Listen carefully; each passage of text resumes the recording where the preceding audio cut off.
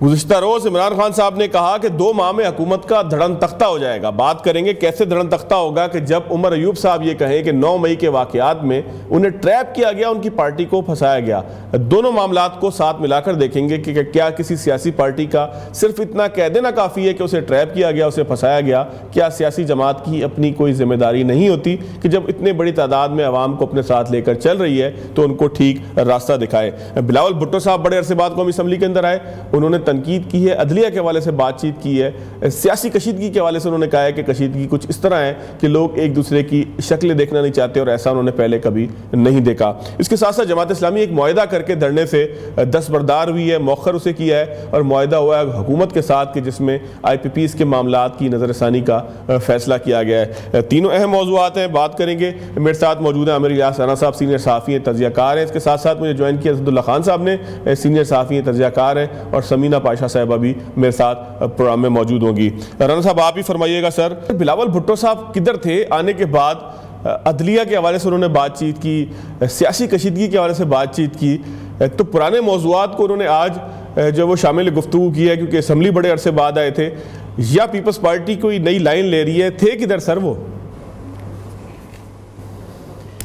देखिए, हमने असल में सियासी लीडरों को समझ लिया है कि, और उनकी भी ये होती है कि हर रोज़ यहाँ शामिल हों, तो ठीक है, वेकेशंस पे चले गए, सैर सपाटा कर रहा है, कोई बुरी बात तो नहीं है। अमेरिका गए हुए थे, कोई पर्सनल लाइफ भी होती है और निकल आए। मैं तो नहीं इस बात को बुरा समझता कि हम हर बंदे को हाजिर लाइन रखें।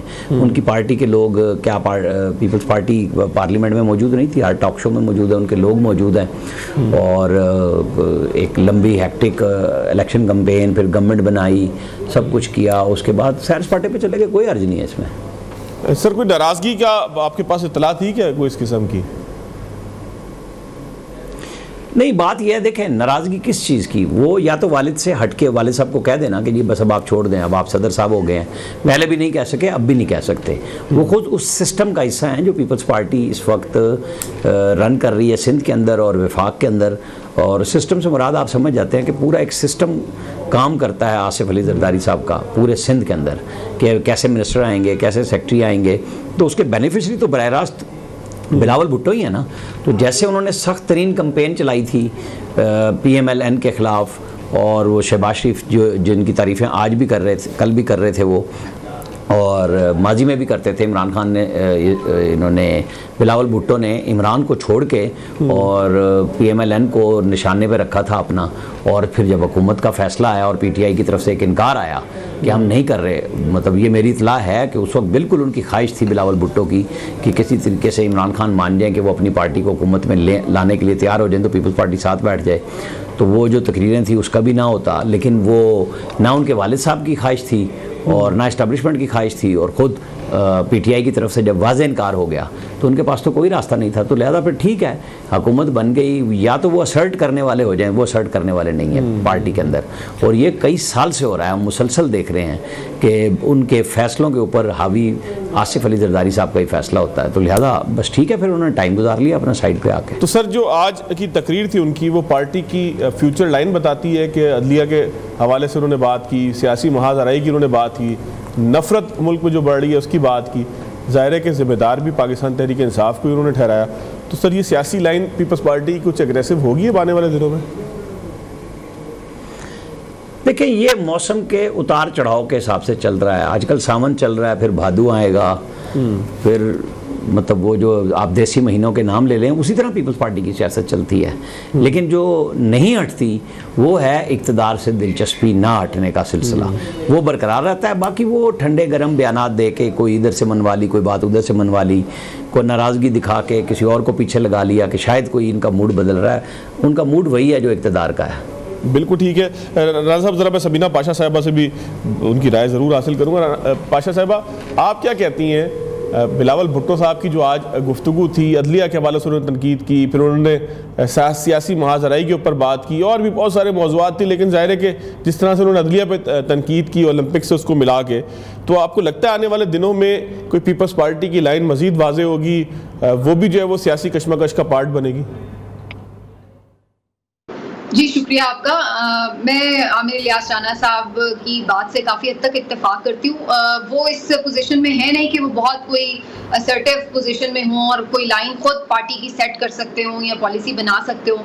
जाहिर है कि आसिफ अली जरदारी साहब जो है वो ज़्यादा लीड करते हैं पार्टी को, और आसिफ अली जरदारी को कौन लीड करता है? उनको वही लीड करता है जो ओवरऑल इस वक्त पूरे मुल्क को भी लीड करता है और इस हुकूमत को भी लीड करता है। तो इसलिए इंडिपेंडेंटली जाहिर है बिलावल भुट्टो जरदारी साहब तो कोई लाइन नहीं ले सकते। बाकी जो अदलिया के हवाले से आप बात कर रहे हैं, ये तो मेरा ख्याल है PMLN और उनकी सिमिलैरिटी है एक मौक़िफ़ में, क्योंकि PMLN भी इस वक्त अदलिया को हदफ तनकीद बना रही है और बिलावल भुट्टो जरदारी साहब ने भी जो गैप के बाद वो आकर उन्होंने तकरीर किया तो उन्होंने भी इसी तरफ लाइन ली है। तो बज़ाहिर इस बात में तो मुझे दोनों सेम पेज पे ही नजर आ रहे हैं। अगरचे कुछ उनको शायद अनकंफर्टेबल महसूस होता है PMLN के साथ मजीद चलना, या शायद वो ये तपिश महसूस करते हैं कि अवाम की भी सियासत, अगर वो अवामी सियासत भी करना चाहते हैं तो अवाम में उस तरह से शायद इस कोएलिशन गवर्नमेंट को ना पहले पजीराई मिली ना अब शायद उनको अंदाजा है कि मिल सकेगी, क्योंकि मईशत के भी जो हालात है वो भी सबके सामने है। तो मेरा ख्याल है कि इस वजह से भी वो इस चीज़ को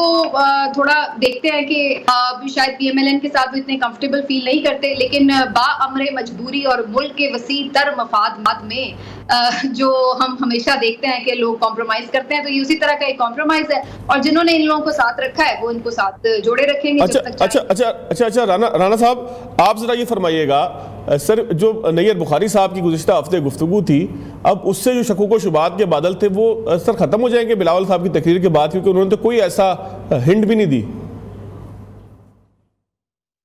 देखिए, मुझे तो नैयर बुखारी के बयान पे उस वक्त भी कोई ऐसा शुबा नहीं था कि वो सच कोई बात कर रहे हैं, या वो भी डिमांड लिस्ट या विश लिस्ट है कि भाई मैं भी एक बैठा हूँ पार्टी का सेक्रेटरी जनरल हूँ, कोई मुझे भी पूछ ले, कोई मुझे भी बता दे। इसके अलावा तो कुछ नहीं था उसके अंदर। आप देखें ना, अगर पीपल्स पार्टी को ये काम करना है तो ना आदम एतमाद की ज़रूरत है, ना एतमाद के वोट लेने की ज़रूरत है कि जी वो पीपल्स पार्टी पीछे हटे। सिर्फ सदर साहब कह दें कि शहबाज शरीफ साहब मेरी पार्टी ने आपसे अलहदगी इख्तियार कर लिया, आप एतमाद का वोट ले लें, बस गवर्नमेंट चली जाएगी। उससे पहले शहबाज शरीफ को खुद छोड़ना पड़ जाएगा, ज़ाहिर है वोट कहीं और से तो नहीं आने के ना। लिहाजा ये जो अरेंजमेंट इस वक्त आज इस्टेब्लिशमेंट के साथ मिल के चल रहा है, अभी तक तो वो इंटैक्ट, और मुझे कोई मुस्तकबिल करीब में इसके टूटता हुआ भी नज़र नहीं आ रहा, क्योंकि सब चीज़ें बिल्कुल ठीक ठाक चल रही हैं उनकी लाइनों के हिसाब से। उनको सदारत मिल गई, उनको गवर्नर 2 सूबों के मिल गए, 2 वज़राए आला उनके हैं, चेयरमैन सेनेट उनके हैं, कमेटियाँ, स्टैंडिंग कमेटियाँ कौमी असम्बली सेनेट में उनकी मर्ज़ी की आ गई हैं, BIS भी उनके पास आ गया है, और जहाँ सदर साहब चाहते हैं ये एक आधा बयान दे के जो कोई इधर उधर की पोस्टिंग करानी है वो करा लेते हैं। तो इत्तेहादियों वाला काम चल रहा है, सिर्फ कैबिनेट में मौजूद नहीं है, जिसका वो फ़ायदा भी उठाते हैं, और कई दफ़ा उन्हें फ़ील होता है कि हमें हो जाना चाहिए, अगर कुछ IMF के मुआहदे के बाद शायद वो आ भी जाएँ। ठीक हो गया। असद साहब, आप भी ज़रा फरमाइएगा, बिलावल भुट्टो साहब का तर्ज़ गुफ्तगू, अदलिया के हवाले से तनकीद, सियासी कशमकश, सियासी जोड़ तोड़, सियासी बातचीत, इन तमाम मामलों के हवाले से उनका कहना कि नफ़रत बहुत बढ़ गई है, फिर बांग्लादेश का हवाला भी देना। तो बिलावल भुट्टो साहब आज असम्बली में कहना क्या चाह रहे थे? पीपल्स पार्टी की क्या लाइन आपके सामने आई है इनकी गुफ्तगू के बाद? देखिए, बिलावल भुट्टो साहब को पहले तो अपनी पोजीशन को क्लियर करना चाहिए ना, उन्हें बताना चाहिए बेसिकली कि वो अहम जो उमूर है इस वक्त अदालत के हवाले से, उसमें वो कहाँ खड़े हैं। यानी अदालत का एक फैसला आता है, उसको गैर मौसर करने के लिए हुकूमत एक कानून साजी करती है, और उस कानून साजी का दिफा करने के लिए पीपल्स पार्टी सीना ठोक के खड़ी हो जाती है, और वो समझती है कि ये कानून साजी ठीक हुई है। अब पार्लियामेंट बिल्कुल सुप्रीम है, या चलिए ये भी एक बहस है कि सुप्रीम है या नहीं है, या तमाम इदारे अपने तौर पर सुप्रीम है, यानी जो अदालत है वो अपने तौर पर सुप्रीम है और पार्लियामेंट अपने तौर पर सुप्रीम है। लेकिन क्या अदालती फैसले अगर आपको पसंद ना हो तो क्या महज ये तशरीह करके कि ये फैसला दुरुस्त नहीं है या आईन और कानून के मुताबिक नहीं है और ये तो री राइटिंग ऑफ द कॉन्स्टिट्यूशन है, क्या कोई भी हुकूमत या उसका इत्तेहादी ये कमेंट करके, कानून साजी करके उस फैसले को इम्प्लीमेंट होने से रोक सकता है? तारीख ये बताती है कि फैसला अच्छा हो या बुरा हो, फैसला आपको पसंद आए या नापसंद हो, फैसला आईन और कानून से अगर हटके भी हो तो ये इख्तियार बहरहाल हुकूमत के पास या उसके इत्तेहादियों के पास नहीं है, जैसा कि ना हुकूमत के PMLN के पास है ना पीपल्स पार्टी के पास है। उनके पास ये इख्तियार नहीं है कि वो ये तशरीह करें कि ये तशरीह जो सुप्रीम कोर्ट ने की है वो तशरीह गलत है। अगर ये काम तशरीह करने का अदालत के पास है और अदालती तशरीह पर कमेंट करके हुकूमत ये कह दे कि नहीं जी तो तशरीह गलत हुई है इसलिए हम इसको इम्प्लीमेंट नहीं करेंगे, तो फिर यूं तो एक रास्ता खोल देंगे और हमेशा के लिए एक ऑप्शन हुकूमत के पास आ जाएगा, या तो वो अदालत की तशरीह को गलत करार देकर उसको इम्प्लीमेंट ना करे, या उसका रास्ता रोकने के लिए मुतनाज़ कानून साजी कर दे और कानून साजी के जरिए से कहे कि अब चूंकि हम सुप्रीम हैं, हमारे पास ज्यादा इख्तियारात हैं, इसलिए हमने कानून साजी कर दी और हम अब इस फैसले को इम्प्लीमेंट नहीं कर सकते।